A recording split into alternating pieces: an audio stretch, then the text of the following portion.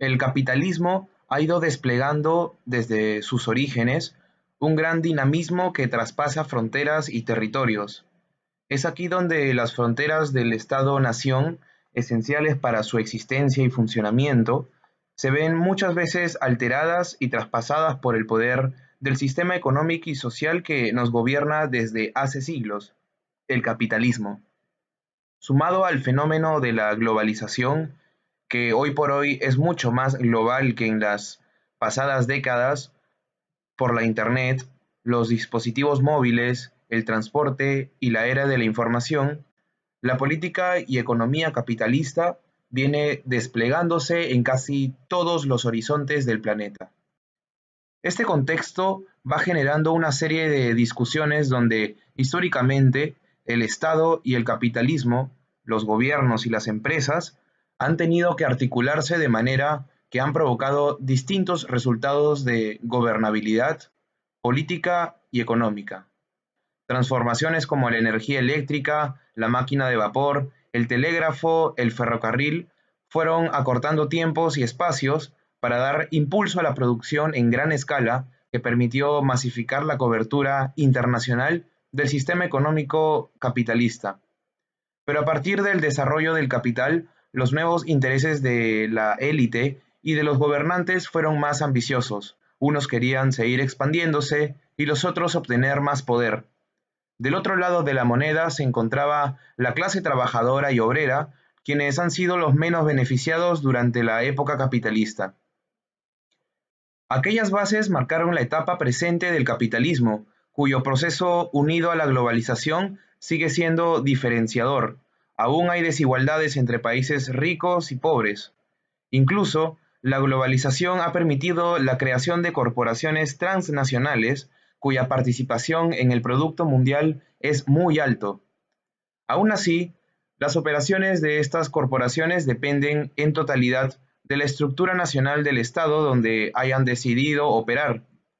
Por ello es que los espacios económicos nacionales siguen siendo de vital importancia para el desarrollo del capitalismo. Este desarrollo de la globalización financiera, la forma en que las dimensiones económicas varían y las nuevas modalidades de organización de las empresas transforman los mecanismos de la gestión pública y la forma de organización del Estado. Los desarrollos tecnológicos recientes y la circulación global del capital ha provocado que los márgenes de acción del Estado se hayan recortado considerablemente. Las nuevas tecnologías han reconfigurado las relaciones sociales, las formas de interacción con el mundo y la manera de interpretarlo. Si antes los más poderosos eran los que tenían más tierras, ahora lo son los que tienen mejor tecnología. Esto se refleja cuando el diseño político de los estados de mayor poder, como Estados Unidos, pesan demasiado en las agendas de estados de menor poder. Casos como la alianza entre Margaret Thatcher y Reagan, que impulsaron el neoliberalismo, el conservadurismo, el rearme militar y el sometimiento a sindicatos, considerados como obstáculo para la libertad de mercado, describen perfectamente el poder central generado por la globalización financiera y tecnológica. Además, la capacidad de acción de estados en países periféricos con menos recursos y mayores deudas se ve acortada por el gigante tamaño de muchas corporaciones de la globalización, como el Fondo Monetario Internacional o el Banco Mundial.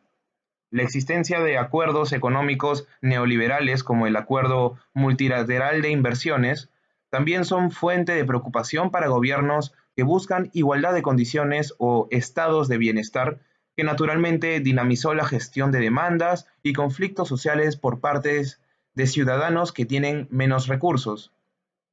Es así que en nuestros días, la exagerada expansión del capital demanda una gestión activa del Estado para la competitividad efectiva de los mercados, políticas de regulación fiscal, fomento de la competencia, educación, transmisión de la tecnología y transparencia son medidas que facilitarán la igualdad de condiciones y evitar el avance neoliberal de los intereses de las grandes empresas. En parte, el tema de la globalización viene de la mano con el concepto económico de lo que es el neoliberalismo.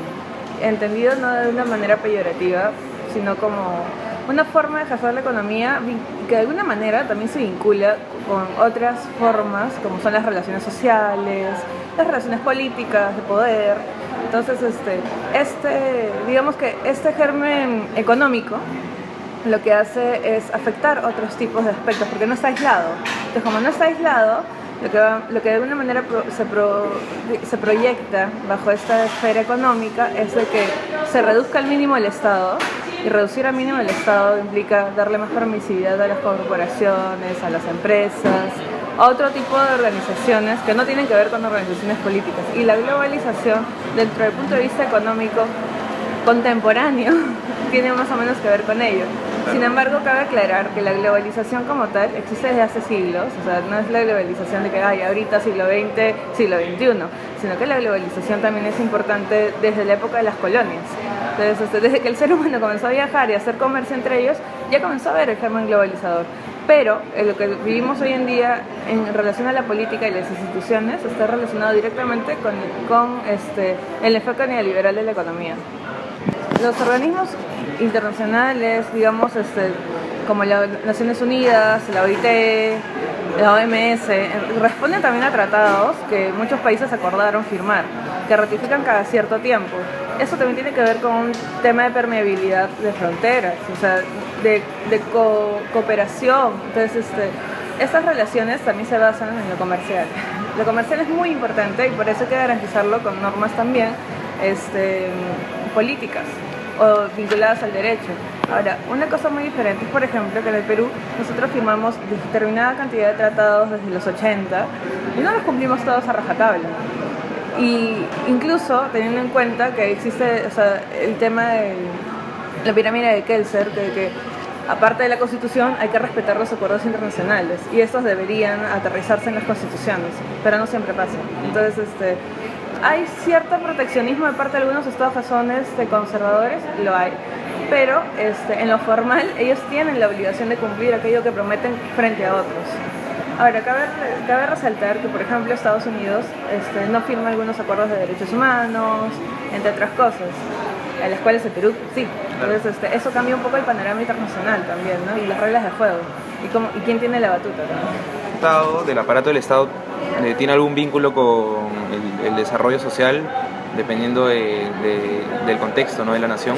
¿Qué es lo que entiendes por desarrollo social? El desarrollo social como desarrollo intelectual de niveles también socioeconómicos de un territorio que se denomina un país en realidad. El problema con el desarrollo social es que viene de la mano con políticas sociales. A mí me encantan las políticas sociales, pero a la mayoría de personas pragmáticas no les gusta, porque las políticas sociales y el desarrollo social usualmente, que dentro de un contexto democrático, por ejemplo, según Huntington, no te da números azules, sino números rojos, ¿no? Y según este autor Huntington, los autoritarismos te dan números azules e incluso superávits. Claro. Entonces, no digo que sea bueno ni que a mí me encanta el autoritarismo. Sin embargo, sí hay una suerte de desarrollo económico mucho mayor. Ciertos autoritarismos lo ha habido, ¿no? El tema a lo que voy es que las políticas sociales y el desarrollo social no siempre tienen que ver con el tema de la modernización del Estado.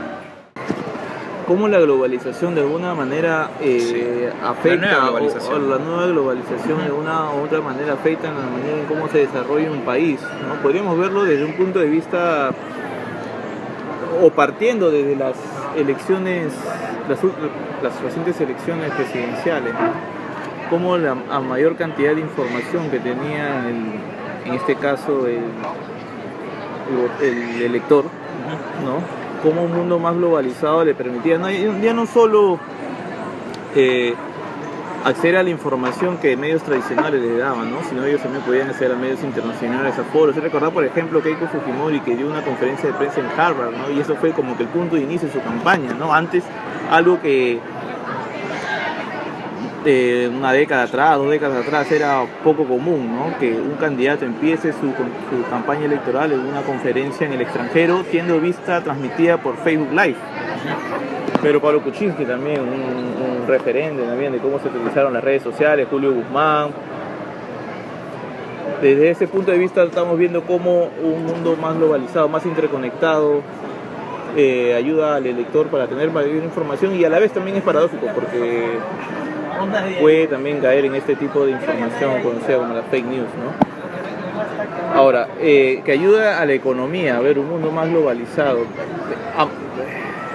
O afectaría más que todo. Se dice que ya no estamos, el mundo ya no se divide como sucedía en la Guerra Fría entre los liberales, los comunistas, ¿no? Sino más bien la división ahora es entre países que están a puertas abiertas con un mercado o países que tienen más tendencia al proteccionismo. Miremos, por ejemplo, cómo llegó Donald Trump a la presidencia, ¿no? Con una promesa más de cerrar muros, aislarse al mundo, ¿no? Y vemos, por ejemplo, cómo llega Emmanuel Macron a Francia, ¿no? Con una propuesta más abierta, ¿no? Pongamos el ejemplo del Acuerdo de París por el cambio climático, ¿no? Cómo es este mundo, es la nueva dicotomía que hay en el mundo entre los países que se abren frente o para conectarse con otros países y los que buscan aislarse, ¿no? Por ejemplo, vemos estos conservadores como Marine Le Pen en Francia, ¿no? Que tenía la promesa de conservadurismo, ¿no? De mirar, tener un discurso más xenófobo, regresar a las antiguas costumbres. Y creo que por ahí es lo que estamos viendo con la globalización, tanto efectos buenos como malos, ¿no? Buenos desde el punto de vista informativo, como decía en un principio, tenemos un lector que tiene más oportunidades para estar informado. Te decía, la globalización ahora, bueno, se empezaba a hablar de globalización, o sea, claro, hace 20 años atrás, decían que era la oportunidad, que mejor tener un país que forme parte de una red en el mundo, ¿no? Y ahora, en estos últimos 2 años, se están viendo ciertas rajaduras, ¿no? Donald Trump, Emmanuel Le Pen, como te decía. Un punto que tú estás mencionando acerca del ingreso de empresas, también es positivo, transnacionales interesadas, vemos en Perú que ingresan cada vez más transnacionales, pero también está la otra parte de este lado B, que es la globalización, o bueno, el ingreso de transnacionales, ¿no? Que son los casos de corrupción, como la Bajato, ¿no? Organizaciones criminales transnacionales que se instauran en países para poder armar una cartelización en este caso de constructoras, para beneficiarse con los recursos públicos, ¿no?